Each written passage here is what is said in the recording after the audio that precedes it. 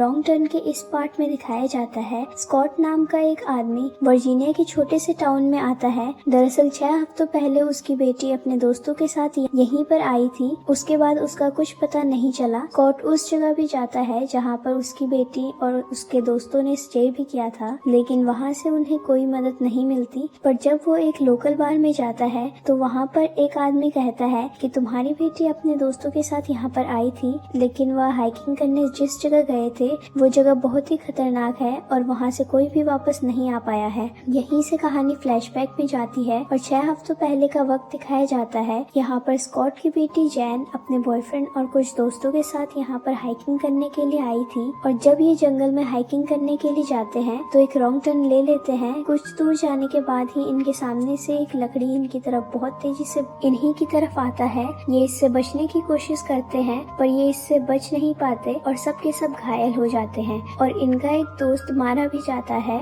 यह सब के सब समझ जाते हैं कि यहाँ पर बहुत खतरा है, इसीलिए सब के सब यहाँ से निकलना चाहते हैं, लेकिन ये चाह कर भी यहाँ से नहीं निकल पाते क्योंकि ये सब इस जंगल में खो गए होते हैं। अब रात हो जाती है और इन सबको जंगल में अपना टेंट लगाना पड़ता है। रात को बिजली कड़कने की आवाज से जैन की नींद खुल जाती है और उसे एक साया दिखता है। उसके बाद उसे कुछ भी नहीं दिखता। अगली सुबह जब ये सबके सब उठते हैं तो देखते हैं कि यह सबके सब कब्रिस्तान में सो रहे थे और वहाँ पत्थरों के ऊपर बोर्ड भी लगा होता है जिस पर तारीख होती है 24 नवंबर 1859। दरअसल ये वो वक्त था जब नॉर्थ और साउथ के बीच में वॉर होने वाली थी। उनसे बचने के लिए कुछ फैमिली यहाँ पर आकर बस गई थी जिन्होंने अपने आप को नाम दिया था फाउंडेशन। अब यहाँ पर इनकी साथी भी गायब होती है और साथ ही इनके फोन भी। उस लड़की का बॉयफ्रेंड सभी को लेकर आगे बढ़ता है ताकि वह उसे ढूंढ सके। तभी इन्हें एक लड़की दिखती है जो कि लोकल है। इसका नाम रोटी होता है। रोटी इन्हें देखकर भागना शुरू कर देती है। ये सब उसका पीछा करते हैं और तभी इनके साथी का पैर एक जाल में फंस जाता है जो इसे खींचकर एक बहुत बड़े गड्ढे में धकेल देता है। अब जैन समझ जाती है कि यहाँ पर कोई ना कोई है जो इनका शिकार करना चाहता है। वो अपने साथियों से कहती है कि हमें यहाँ से निकलना चाहिए और मदद लेनी होगी, इसीलिए वह अपने 2 साथियों के साथ यहाँ से आगे बढ़ जाती है। और जब ये आगे जाते हैं तो ये एक ऐसी जगह पहुँचते हैं जहाँ पर बहुत सारे टूरिस्ट का सामान है। यहाँ पर हथियार भी होते हैं। अब ये तीनों के तीनों यहाँ से कुछ हथियार उठाकर वापस अपने दोस्त के पास आते हैं और जब वो वहाँ पहुँचते हैं तो देखते हैं कि 2 आदमी जिन्होंने बहुत ही खतरनाक नकाब पहना है वो इनके उस दोस्त को जो गड्ढे में गिरा था उसे उठाकर ले जा रहे होते हैं। वो बेहोश होता है। ये तीनों के तीनों उन्हें रोकते हैं। ये दोनों के दोनों आदमी जो नकाब पहनकर यहाँ पर खड़े हैं एक अजीब सी भाषा में बात कर रहे होते हैं जो इन तीनों को समझ नहीं आती। और तभी इनके दोस्त को होश आ जाता है और वो लकड़ी के टुकड़े से एक को मार देता है। यह देखकर उसका साथी डर कर यहाँ से भाग जाता है। अब इनकी वो साथी जो जंगल में कहीं गायब हो गई थी जिसे ढूंढने के लिए ये लोग जा रहे थे वह भी आ जाती है। वह बताती है कि मैं जंगल में फ्रेश होने के लिए गई थी, लेकिन तभी मैंने इन भयानक लोगों को देखा जिससे मैं डर गई और मुझे छुपना पड़ा। अब ये सब के सब यहाँ से आगे बढ़ते हैं और बहुत सारे नकाबपोश लोग जो इनका पीछा कर रहे होते हैं उन्होंने यहाँ पर बहुत सारे ट्रैप बिछाए होते हैं और इनकी एक दोस्त उसी ट्रैप में फंस जाती है। अब वो बहुत बुरी तरह से जख्मी हो जाती है। साथ ही वो अपने जीवन की अंतिम सांसें ले रही होती है। अब उसका बॉयफ्रेंड उसे देखता है तो डर कर यहाँ से भाग जाता है और इन सभी लोगों को नकाबपोश लोग पकड़ लेते हैं। यहाँ पर वो लड़की भी होती है जिसका नाम रोटी है और ये इन सबको अपने गांव की तरफ ले जाते हैं।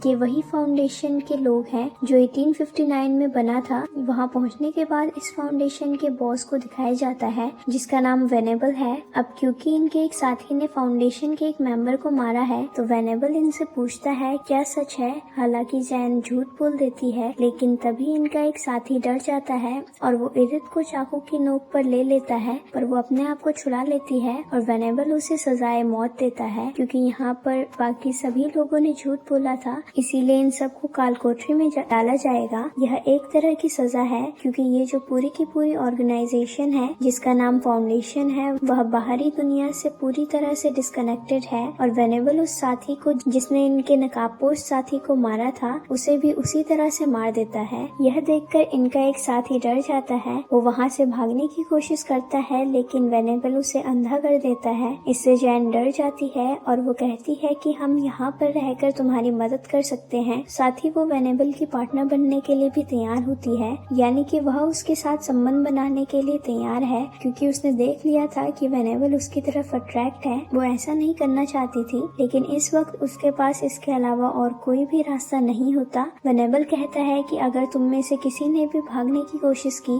तो उसे मार दिया जाएगा, और वो जैन को अपनी पत्नी के तौर पर स्वीकार कर लेता है। कहानी प्रेजेंट में आती है, जहाँ जैन के पिता को दिखाया जाता है जो अपनी बेटी को ढूंढ रहे हैं, एक बार फिर से उसी होटल जहाँ पर उसकी बेटी और उसके दोस्तों ने स्टे किया था। और इस बार ओनर उसे सारा सच बता देती है। वो कहती है कि अब तुम्हारी बेटी और उसके दोस्त जिंदा भी नहीं बचे होंगे। वह उसे फाउंडेशन ग्रुप की सच्चाई बता देती है और कहती है कि वह हमें परेशान नहीं करते और ना ही हम उन्हें परेशान करते हैं। तुम उस तरफ जाने की कोशिश मत करना, नहीं तो तुम भी नहीं बचोगे। लेकिन वो अपनी बेटी को बचाने के लिए जाना चाहता है, लेकिन यहाँ पर जो टाउन के लोग होते हैं वो नहीं चाहते हैं कि स्कॉट ऐसा करे, इसीलिए वो उसे मारने लगते हैं। तभी पुलिस वाला भी यहाँ पर आ जाता है, लेकिन वो कुछ भी नहीं करता क्योंकि वह भी इन सबके साथ मिला होता है। पर स्कॉट भी हार नहीं मानता। वो अगली सुबह एक टूरिस्ट गाइड को हायर करता है। इसमें होटल की ओनर उसकी मदद करती है। अब स्कॉट टूरिस्ट गाइड और उसके बेटे के साथ जंगल की तरफ चलता है। कुछ ही देर बाद वो उस इलाके में पहुंच जाते हैं जो कि फाउंडेशन के लोगों का इलाका है। यहाँ पर जगह जगह पर ट्रैप पीछे होते हैं और एक ट्रैप में टूरिस्ट गाइड और उसका बेटा गिर जाता है, जिससे उसकी और उसके बेटे की मौत हो जाती है। अब स्कॉट को अकेले ही आगे जाना होगा, इसीलिए वो जंगल में आगे की तरफ चलता है और कुछ ही देर बाद उसे फाउंडेशन के लोग पकड़ लेते हैं और उसे उस जगह ले आते हैं जहाँ पर स्कॉट की बेटी है। पर वो यहाँ से जाने से साफ मना कर देती है। वो कहती है वो फाउंडेशन का हिस्सा है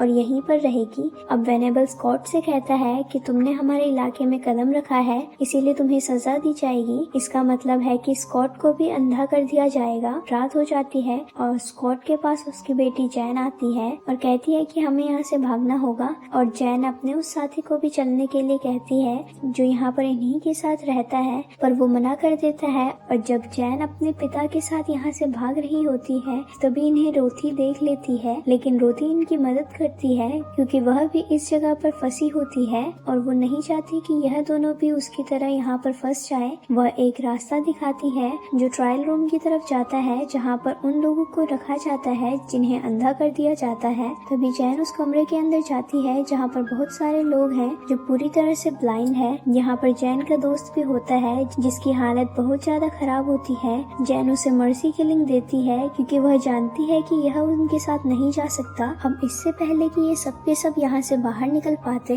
अतीत और उनका साथी इन पर हमला कर देता है और अब जैन अपने पिता के साथ यहाँ से बाहर निकल जाती है, जहाँ पर इन्हें मेट नाम का आदमी मिलता है जो अपने साथियों के साथ यहाँ पर होता है। दरअसल टाउन में इसने स्कॉट के ऊपर हमला किया था। वो स्कॉट को बताता है कि आज से 6 साल पहले इन्हीं जंगलों में मेरा भांजा खो गया था। उसके बाद वह कभी भी वापस नहीं आया और मैं नहीं चाहता था कि तुम भी इन जंगलों में जाओ, इसीलिए मैंने तुम्हारे ऊपर हमला किया था। अब यहाँ पर फाउंडेशन के बहुत सारे लोग इनको पकड़ने की कोशिश करते हैं, पर ये इन सबको गोलियों से उड़ा देते हैं और जैन और उसके पिता को सुरक्षित टाउन में ले आता है। अब इस घटना को कुछ महीने बीत चुके हैं। यहाँ पर स्कॉट और उसकी बेटी जैन इस हादसे से पूरी तरह से उभर चुके हैं। एक दिन जैन के घर वेनेबल पहुँच जाता है। वेनेबल जैन की स्टेप मॉम से झूठ बोलता है कि पड़ोसी है, और जब वह देखती है कि यहाँ पर वेनेबल है, जैन अपनी मॉम और अपने स्टेप ब्रदर को अंदर भेज देती है। वेनेबल देखता है कि जैन प्रेग्नेंट है। वो समझ जाता है कि उसके पेट में उसी का बच्चा है। जैन वेनेबल से कहती है मैं तुम्हारे साथ चलने के लिए तैयार हूँ, लेकिन तुम मेरी फैमिली को कुछ नहीं करोगे और आज के बाद यहाँ पर कभी नहीं आओगे। और इसके बाद जैन वेनेबल के साथ बैठकर उसकी गाड़ी से यहाँ से निकल जाता है। तभी गाड़ी का एक्सीडेंट हो जाता है और इस मौके का फायदा उठाकर जैन वेनेबल और उसके साथियों को मार देती है। और रोथी जिसने जंगल में उसके और उसके पिता की मदद करी थी, वह उसका हाथ पकड़कर अपने घर की तरफ चल देती है। और इसी के साथ यह फिल्म यहीं खत्म हो जाती है। रॉन्ग टर्न की यह फिल्म बाकी फिल्मों से बहुत अलग है।